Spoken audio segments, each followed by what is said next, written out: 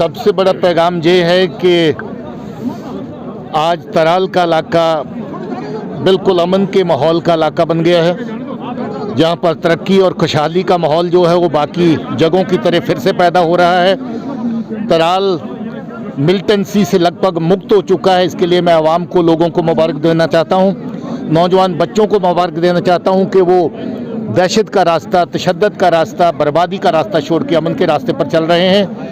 और मैं यही कहना चाहता हूँ कि नौजवान बच्चे इसी रास्ते को अपना सही रास्ता मान के चलें, किसी भी सूरत में किसी के बहकावे में आके गलत रास्ता अख्तियार ना करें, क्योंकि जो गलत रास्ते पे चले थे वो लौट के वापस नहीं आए। रास्ते पे चले थे, उन्होंने बहुत सारी तकलीफ़ें भी उठाई होंगी, मगर मैं ये कहना चाहता हूँ कि आज अमन के लिए सबको पहरेदार बन के अपने लोगों को साथ ले करके पुलिस के साथ और सिविल इंतजामिया के साथ खड़े होकर काम करना है, ताकि तराल भी फिर से खुशहाल हो जाए और तराल भी बेहतरीन इलाका बन जाए। तराल की लोग मिसाल दें, जैसे आज मिसाल दे रहे हैं। मैंने अभी जिक्र किया कि जहाँ पर जो तिरंगे का समागम हुआ उसका आज पता नहीं कितनी जगहों पे जिक्र होता है, किस जगह पे इसका जिक्र हो रहा है कि आज तराल के लोग जो हैं वो अमन के साथ, खुशहाली के साथ खड़े हैं। और मैं यही पैगाम देना चाहता हूँ कि अमन और खुशहाली के रास्ते पे सब मिलके आगे बढ़ें।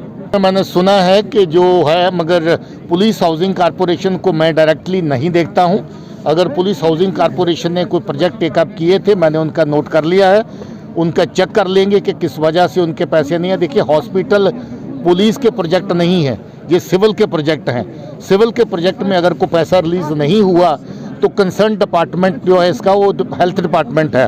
तो मुझे लगता है कि इसकी पूछताछ हेल्थ डिपार्टमेंट से और पुलिस हाउसिंग कॉरपोरेशन दोनों से हो जाएगी, और फिर देखेंगे इसमें क्या हो सकता है। ओके, ठीक है।